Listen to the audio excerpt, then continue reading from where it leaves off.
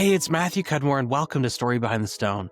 Today, we sit down with John Shertzer, Executive Director of the Medal of Honor Foundation, an organization that's keeping America's highest military honor alive in the hearts of the next generation. In a time when civic engagement is fading, John's mission is clear: connect today's youth to the timeless values of the medal itself: bravery, courage, sacrifice, and integrity, before they disappear. John, it was an honor to have you on the show today, and to our listeners, thanks for tuning in.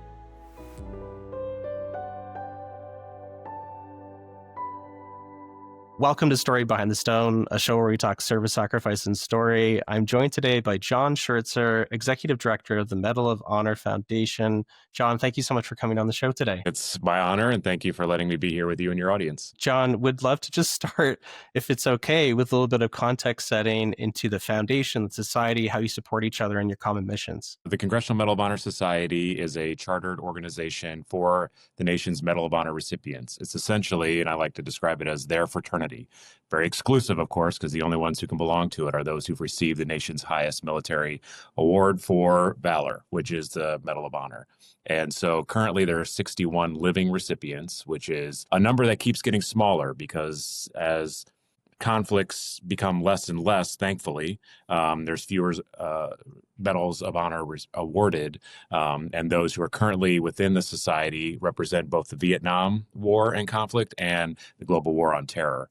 The Medal of Honor Foundation, what we really exist to do is to make sure the Congressional Medal of Honor Society thrives. We want to make sure that the mission that the society is trying to promote, which is to carry forth the legacy of the medal, but is also to protect and take care of the recipients of the medal as well, that mission is stable, thriving, and that we can do what we can to support it. And then as we talk forward today, I can describe a little bit more what we do in addition to that. We've been empowered and tasked to take those stories and those recipients and take their stories and project them out into the greater world. So it's a real privilege to be a part of that kind of a mission. And so that's how we currently work together. So we basically help stand them up, and then we take their mission and try to amplify it. Took over the foundation, I believe, in 2022. It's been 3 years now, coming up in September. What were those first few, months like for you? I did not serve in the armed forces. And so I came from as a civilian, so to speak. And I was hired into the role simply because of my nonprofit experience. I've been in the nonprofit sector for all, 25 years of my working life, executive director of other organizations. And the nonprofit sector, of course, has some very unique interesting aspects to it. Of course, board-led and, mission-driven, and fundraising is a big part of what happens. And so at the time I was hired in, the organization was going through some transition in both leadership and vision and where it wanted to go. So they brought me in to sort of help steer that ship and to try to help stabilize things, but then also take them further. And those first few months were pretty wild, to be honest with you, because not being involved with the armed services or the military prior to that, getting to know what would be determined by almost everyone in the United States, anyhow, to be our nation's greatest heroes and to be just shoulder to shoulder with them from the get-go in this mission was humbling. It was awe-inspiring. And what I learned early on in those first few months is that these men, and it's all 61 living are men, that these men are not only extraordinary for what they did, but they are just amazing human beings as well. Easy to speak with, easy to be around, humble, gracious, generous with their time. And so that made it easy. It was intimidating at first. My very first day on the job was at our national convention, which happens every fall. And so I walk into the hotel where this convention proceedings are happening and immediately am just thrust into the role, basically. Trial by fire, you could say. But it was the fact that they were so open with welcoming me in, that they were so supportive of that from the start was amazing.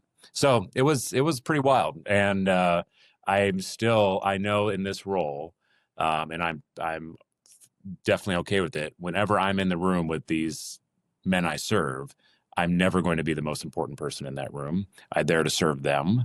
They are deservedly so regarded in very high esteem and respect.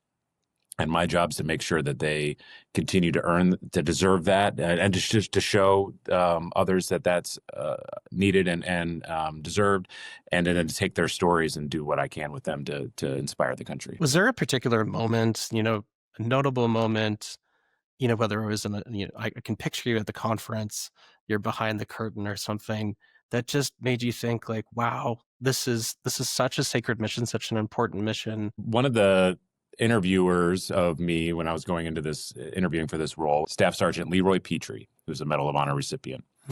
And Leroy at the time was president of the Congressional Medal of Honor Society, which is why he was part of the interview process.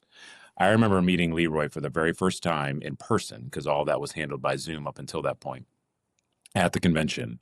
And I shook Leroy's hand, and Leroy is missing half of his arm because he took a grenade from a dangerous situation and went to throw it away from his fellow troops, and it exploded and took off a portion of his arm. And so I shook his hand, a robotic replacement forearm and hand. And at that moment, and he's just, if you ever met him, he's just one of the most easy to talk to, amiable guys you could ever talk to. And to shake his hand and meet him for the first time, and to be in that kind of have that, feeling right there in that moment of his sacrifice, holding it in my hand essentially, was extraordinary. Most of these recipients have come back with some sort of a lasting reminder of what happened. Sometimes it's internal, sometimes it's external, sometimes it's both. And so to understand that, and to know that I'm serving men who put it all out there for me, for you, for all of us, was exceptional. And you see these individuals, in public at the conventions. You see them with the next generation as well. And the foundation, I believe, has a lot of programs for youth.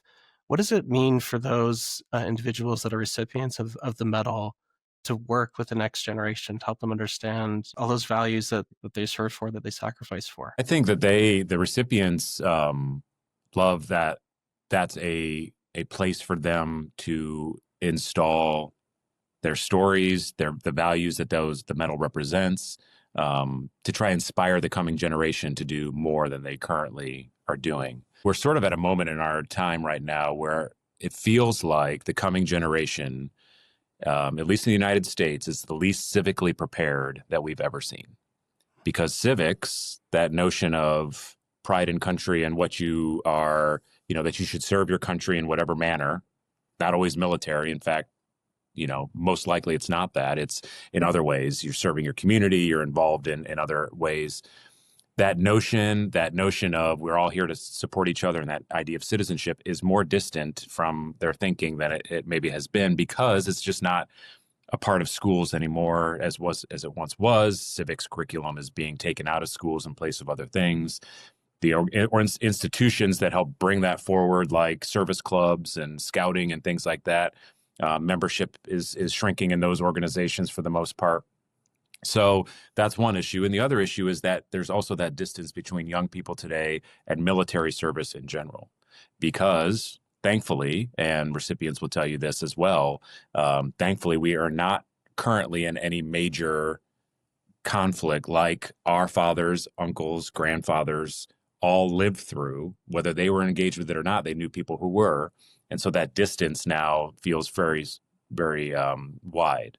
My kids, for instance, would have to think about a couple generations before they would find somebody who served. So their thoughts and their mindset around military service is very different than before. So we're trying to come up with programs that help address those two things, right? Get them better civically prepared so that we can prepare the next generation for serving this country and this nation. And then also help remind them of the service and sacrifice of our military and our veterans, so that they have an appreciation for that, and that they want to do stuff that helps them in that way, that helps those populations, but also, kind of shows that respect. So that's, our recipients are in that way ambassadors of American values in schools, among young people, but not just that, also adults like you and I who, come into contact with them. So that they see that as a sacred obligation, and they carry it out very well. Tell me about the impact that these programs are having on the kids, and what are they saying about the programs once they've been through it? Our character development program, which is basically a curricular program, so it's delivered by teachers in the school, and we've trained up to now about 20,000 teachers to take that curriculum and put it into their school. And the way they do that is they might insert a lesson into a social studies curriculum or an English class, or they may just, we've seen it installed in almost every kind of subject. They find a way to kind of put that in there. And it typically involves showing the story of a Medal of Honor recipient and then extracting from that story values that the students can then apply into their daily lives. So it's saying, like, did you see courage, sacrifice, integrity in those stories? Now, think about your own personal life and daily life. Where can you install courage, sacrifice, and integrity more readily? What we find from our surveys, and we survey the teachers who do the programs, and we base it off their observations, 90% of teachers say that this classroom climate improves after they've installed that program, which is exceptional. 80 to 90%, I don't have it in front of me, but I know it's at least 80%, say that the students exhibit more kindness to each other, because it's one of those things where once you hear and learn the stories of sacrifice of veterans, of military, and see what they put on the line for us, it's hard to stay very mad with somebody or have some petty difference with somebody, right? It's easier then to build this climate of kindness and support for each other. So we try to teach those values through the program, and it's showing, the surveys are showing that it's being very well received.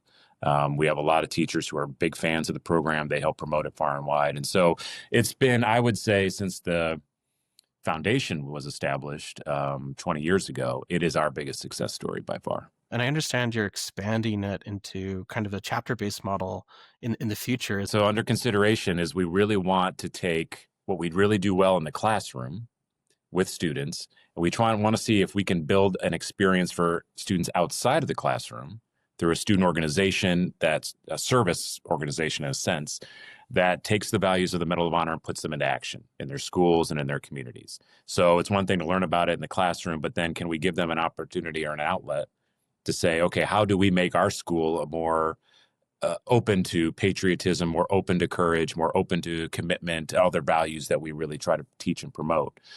So this could be clubs or organizations that help put on the Veterans Day programming in their school, or who take a high school football game a Friday night and focus it on supporting the veterans and honoring them in that way. So we're currently test marketing that, or testing it, you could say, and trying to build that out. We think it's a great way to take things that we know work inside the classroom and try to give students another outlet and opportunity to serve. The National Medal of Honor Museum opened this year in March 2025. Can you tell us a little bit about how the foundation is involved in supporting that mission, leveraging that institution? One of the great things about that I learned early on in this role is there are a lot of organizations and institutions that support Medal of Honor recipients and support the mission of carrying forward their stories and their values. The National Medal of Honor Museum Foundation and Museum in Arlington, Texas is one of those. And right now is because they just opened, like you said, I've been through the museum. It's extraordinary. Everyone should go visit that museum. Is really doing a amazing job at trying to give more people an opportunity to learn what the Medal of Honor is and to meet the people who have received that medal. There are other institutions as well. So our convention coming up here in a couple of months will be held in Chattanooga, Tennessee. They have the National Medal of Honor Heritage Center in Chattanooga, Tennessee, which is a museum and an educational center that focuses on the Medal of Honor, because the original Medal of Honor recipients, many of them were from Chattanooga, so they kind of own that identity and really take that on. The foundation and the society operates its own unique museum in Charleston, South Carolina, actually Mount Pleasant, South Carolina, right next to Charleston, on the USS Yorktown, which is and Patriots Point. So if you're in that area, you should visit that. And then there's other entities and organizations that do things for the Medal of Honor. So we host, with collaboration with the society, an annual summit of those organizations to share ideas, to help each other, to make sure that we've got, support networks in place. So big champion of I would love for every American to have a Medal of Honor experience. So that could be going to a museum, it could be meeting a recipient, it could be engaging in our school curriculum, it could be participating in our Citizen Honors Awards, which is something that we should talk about as well. All those things are important, and the more Americans who can experience those things, the better. So speaking about the awards, I understand that you're in the nomination season, I guess, for the awards. What's going on there? Every year at March 25th is Medal of Honor Day. So that's the Congress has declared that in the United States as to be Medal of Honor Day.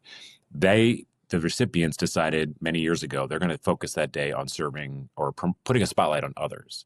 So what they do is they identify 5 individuals in one organization in the nation who in the prior year had done something extraordinary, whether it's an act of valor or whether it's a service project or whether it's just general support that's extraordinary for the veterans community, and they give them a medal called the Citizen Honors Award. And so that happens every March 25th. So every year we do a call out and try to search for these stories of extreme valor or sacrifice or service. And that's ongoing. So on our website, which is www.cmohs.org, you can find Citizen Honors information there. You can also find all the other things that we've been talking about today. And you can nominate someone to receive that honor. And then the recipients are the ones who ultimately choose those who receive it. So if you're standing on the stage receiving that medal, you know that a group of Medal of Honor recipients found you worthy of receiving that, which is awesome. I actually have this past year we had an awardee, just to kind of give you a sense of who we're talking about here, the kinds of folks, and this was a posthumous award, which can happen, and that can happen in the Medal of Honor world as well, and happens very frequently that a Medal of Honor recipient will receive it posthumously. They died in their action, and their family receives it on their behalf and in their honor. And this happened in this situation. So we gave a Citizen Honors Award to a gentleman named Dan Marburger, who was a principal in Iowa, Perry High School, actually, in Perry, Iowa. And in early 2024, in January, a student came into the school and opened fire. A school shooting situation. And Principal Marburger, he confronted the shooter in the hallway. He talked to this shooter and he tried his best to keep the shooter at bay while people escaped the school grounds and were able to get out safely. And he also shielded students and staff simply by his presence of being there. He was shot 4 times. I think about a week later, he succumbed to those injuries and passed away. The state of Iowa all celebrated that sacrifice and that service by half staff, putting the flags at half staff. They honored him in that way. And then we decided that we had to as well, gave his family on his behalf the Citizen Honors Award in this last year. So that's the kinds of stories that happen every day in our country, in any country around the world, people putting themselves out there for others. And the Medal of Honor recipients and the foundation, we want to make sure those are spotlighted where they can be. It must mean so much to the families to be in that room to receive that high honor. What are you getting from your involvement with the foundation? What would you say you're feeling from your involvement? I've always found myself to be someone who honors and supports our nation's military and our veterans, and I try whatever I can to do that in any way I can. But I didn't really understand the stakes of it and the scope of it until I got involved in an organization like this and got to see not only what our Medal of Honor recipients have done, but they create around them, circles of folks who believe in them and follow them, and they themselves try to support veterans. So you get to meet other veterans who are going through things or who have dealt with their own issues, as well as active duty, seeing what they're putting out as well for our nation. And so my pride is in that has only grown stronger. My respect for that has only grown deeper. This year for Memorial Day, I said, I need myself, and I'm ashamed to say I wouldn't have probably thought about this too deeply beforehand, but I said, I need to take my kids. We went to a cemetery and helped plant flags for veterans, and it helped them understand it better, not yet to the degree I want them to, but those small things I feel like we all can do more of.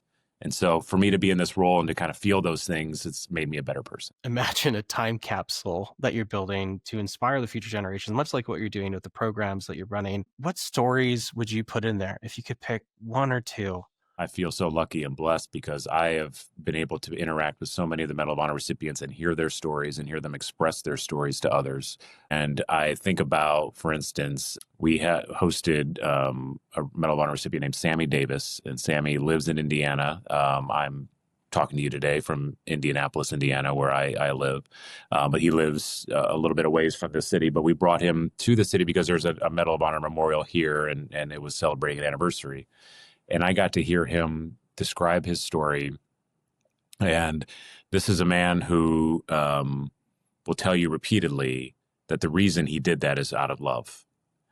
His action was essentially he was shot up, he was hurt, he was, for any folks like, typical folks would probably, not been able to go on. But he, in spite of those injuries, swam across a river in Vietnam to rescue his brothers, as he says, on the other side. And as he describes that story and describes what it's like to be in Vietnam back then, he brings out a harmonica and plays a song that he would play as they sat in foxholes waiting for impending doom to come. And just to hear and to feel that, it's extraordinary. An interesting story about Sammy. Sammy's Medal of Honor ceremony, he was given the Medal of Honor by Lyndon Johnson, and his Medal of Honor ceremony, its video is what was used in Forrest Gump. You've seen the movie Forrest Gump. Forrest receives the Medal of Honor. It's Sammy Davis's footage with Tom Hanks' face put over Sammy's. And so he's often regarded as the real Forrest Gump. And 2 years ago, at our convention in New Orleans, Tom Hanks received one of our highest honors, which is the Bob Hope Award for those in acting profession or other professions similar that have done extraordinary work for veterans.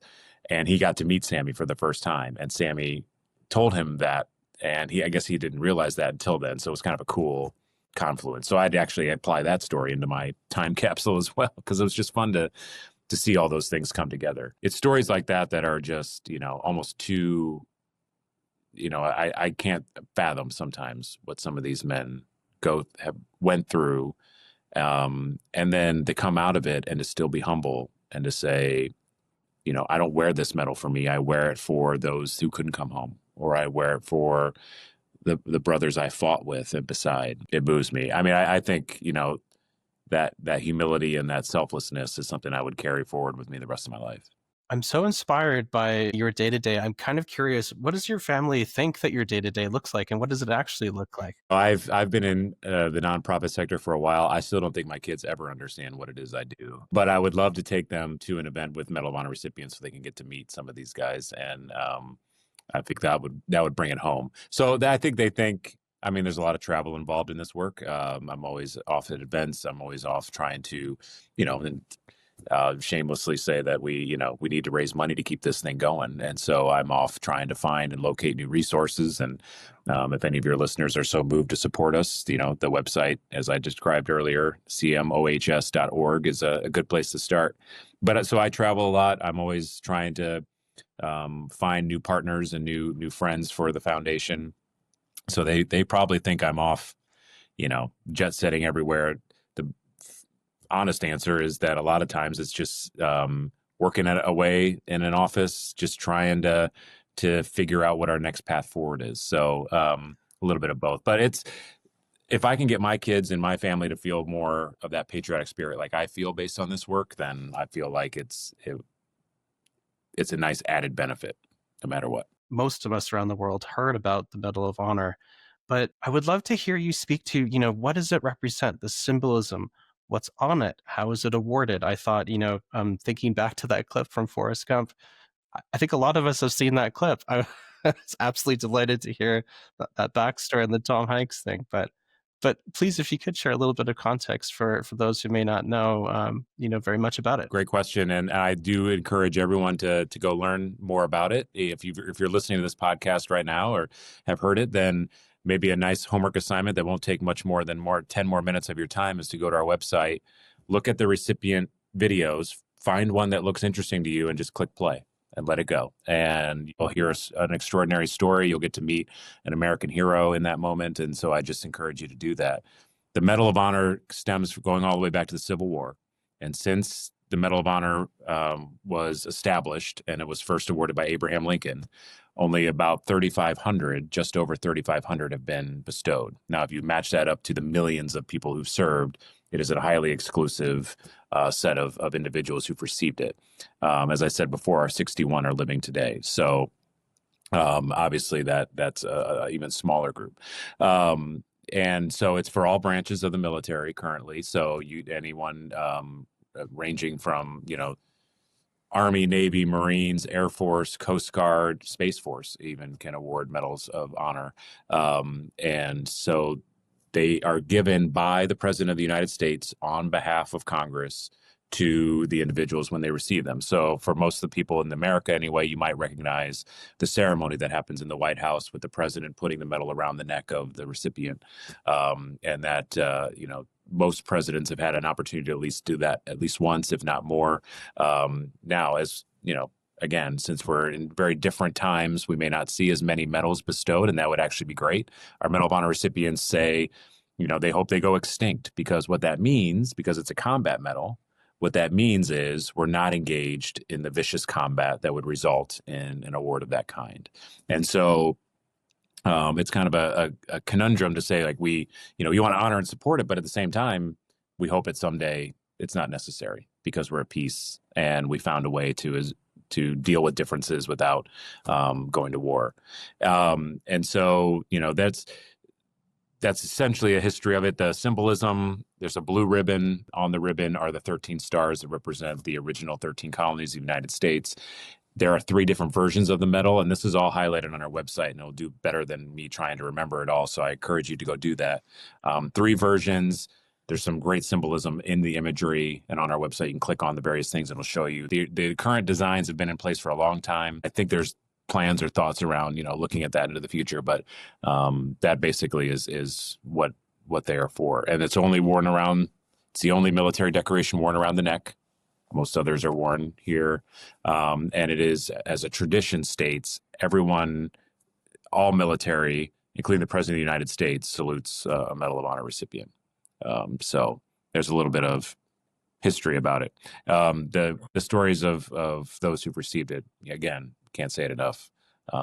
Stuff made for movies, really. I mean, and I would say that's another simple thing. There's some really great movies that have been made about some of the stories of these men that could give you an illustration or an insight into what it takes to earn this medal. John, thank you very much for the history lesson. I really put you on the spot there. I tried my best. We have some people on staff who are so brilliant at that, and they're probably going to admonish me if I screwed anything up there. There's some really deep and interesting history that goes into it that I encourage all to explore. John, thank you so much for joining the show today. Just before we wrap up, how can listeners follow your mission, support you, keep in touch? cmohs.org. On there's many things. It's a website itself is a program of ours because we've got so much living history video and things like that you can find there. I also encourage you to follow the Congressional Medal of Honor Society on social networks. If you're on Instagram, Facebook, especially, and LinkedIn, those would be great places to follow. And we also have some great videos out on YouTube and on Vimeo, so you can find our channels there. So like any other entity, you can find as much or as you want out there about what we do. John, I want to thank you so much for coming on the show today. It was a pleasure chatting with you about the foundation and about your sacred mission. Hugely inspired. We're all cheering you on, and we are wishing you the best for the fall. Thank you so much for coming on the show. Thank you very much for having me. And again, if anyone out there believes like me that the coming generation could use the lessons and the stories and the inspiration of the Medal of Honor recipients and the legacy of the medal, then I invite you to find a way to get involved. We'd love to have you as part of our family. Thank you, Matthew, for what you do too to spotlight a lot of the powerful things that people are doing to support veterans and military personnel. And just a pleasure to be with you today.